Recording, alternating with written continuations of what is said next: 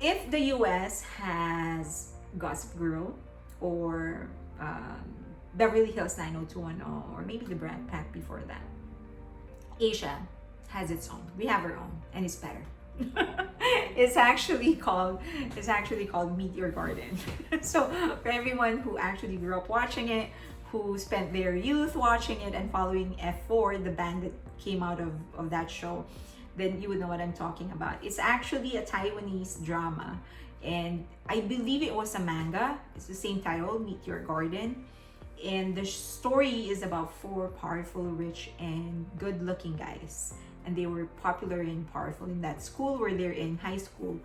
And then they met a girl, a poor but very, very cute girl, and her name is Sunshine. And two of them fell in love with the girl. So it's a story, it's a love story and a story of friendship at the same time, which is the perfect formula for a youth-oriented film or a youth-oriented drama. So other countries adapted it. I believe in Korea it became Boys Over Flower, and in Taiwan the four guys that played the four lead characters actually became a boy band. Now they have their own careers, they're older, of course. Some of them are more successful than the others, but the point is that they came out of it with their own careers.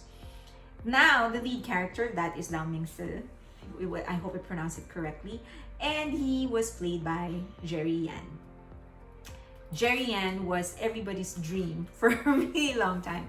It was such an addictive show that even like grandmothers with 37 grandchildren, they were still watching the show. It was so addicting. Now Jerry Yan was everybody's like ideal man, and he is back and he's going to come out with his own boy band. It's actually a Chinese show called Call Me by Fire. Yeah, I think that's the name of the show, Call Me by Fire. And the concept of the show, you can't beat Asia when it comes to such unique concepts. The concept of the show is that they brought back all these guys that are already past their prime, and they're now battling it out to become a member of a boy band that they're going to form. Last year was the female version, and the name of that show is Sisters Who Make Waves. So same concept, female celebrities past their prime come back and they form together a new girl group. The winners formed a new girl group, and for the show was a huge hit. That's why they actually have the male version. Unfortunately, the girl group has now disbanded. They disbanded 3 months after the form. Now I don't know what's going to happen to this male boy band. But it's, the show is so addicting just because you imagine all of these people from your youth, people whose music or shows you've come to identify with certain important events in your life. They're back, you're seeing them again on stage. But what's even more interesting, aside from all of those cute moments of going back to memory lane, what's even more amazing to see and watch is how, of course, all of these men are now past their prime. They don't have that same look anymore. They can't play that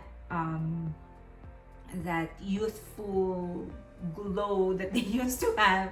But because they're now experienced, they've been around the block a lot. You can see that how much they have honed their talent. You can see how their expertise in playing the crowd is still there, that they are able to garner the same kind of reaction they used to garner when they were younger. And it's not about looks anymore, it's just about talent. That's all they have, talent and experience. So I hope that the US actually comes out with their own version. I'm sure it's not going to be better than the Asian version. But I think it would just be nice to gather together all these people past their prime and sort of become the catalyst in our journey through memory lane. So yeah, I hope US comes out with their own version. But in the meantime, if you're Asian, you can go and watch the show. You'll be able to see them perform again. And they had, based on the article that I saw, it had like 5.7 billion views on Weibo. Amazing.